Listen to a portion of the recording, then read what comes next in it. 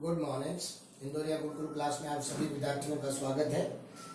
आज हम ज्योग्राफी में human geography nature and scope chapter first का लास्ट पार्ट्स पढ़ा रहे हैं। डेवलपमेंट ऑफ ह्यूमन ज्योग्राफी यानी मनुष्य भूगोल का विकास कैसे हुआ।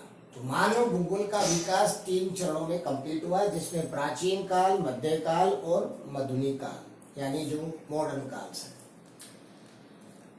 मनुष्य भूगोल का विकास 3 चरणों में कंप्लीट हुआ, जैसा कि आप जानते हैं। Ancient period, in ancient time this interactions among different society were few knowledge about others were limited। यानी प्राचीन काल में मनुष्य समाज का आपसी जो अन्योन लेन देन था, चाहे वो खान पान से जुड़ा हो, चाहे वो आचार विचार से जुड़ा हुआ, बहुत सीमित था और उसे प्रकृति का कुछ भी इतना ज्यादा नॉलेज नहीं कह सकते, लेकिन नगण्य नॉलेज था और पूरी तरह से प्रकृति पर डिपेंड था। यानी प्रकृति ही उसके हर पहलू पर अमिट छाप छोड़ती थी।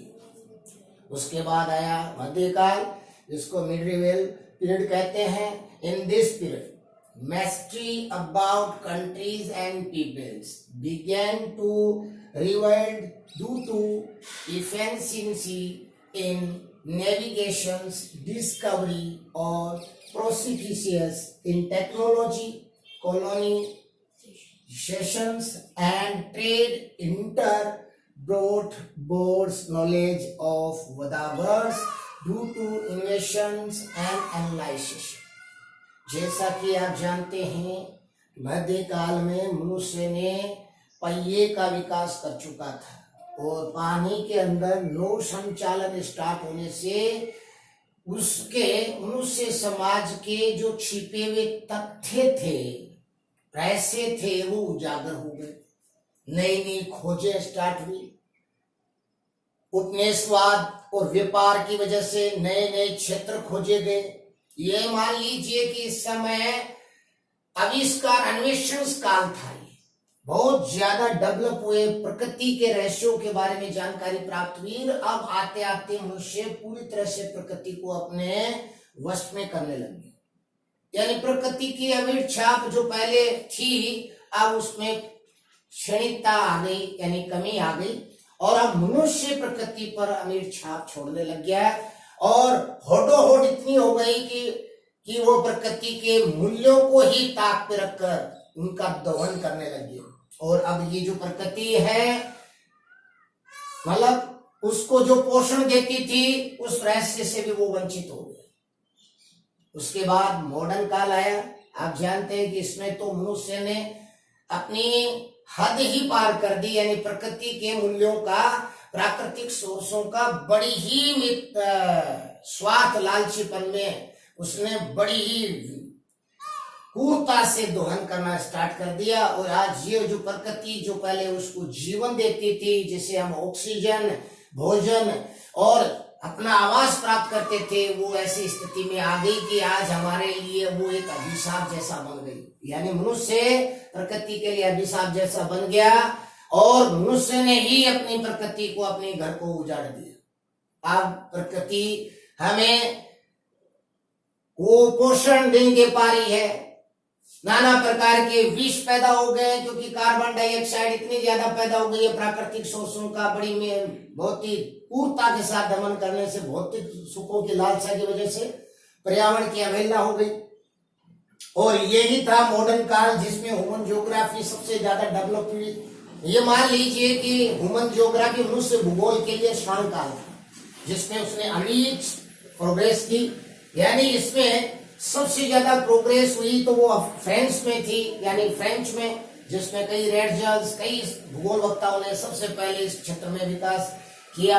फिर धीरे धीरे अमेरिका और ब्रिटिश में भी बड़ी तेजी से मानव भूगोल का विकास हुआ। अब जब आप जानते हैं डिटर्मिनिज्म यानी नियतिवाद, जब प्रकृति पूरी तरह डिपेंड करती थी मनुष्य को, यानी मनुष्य पूरी तरह प्रकृति पे डिपेंड था।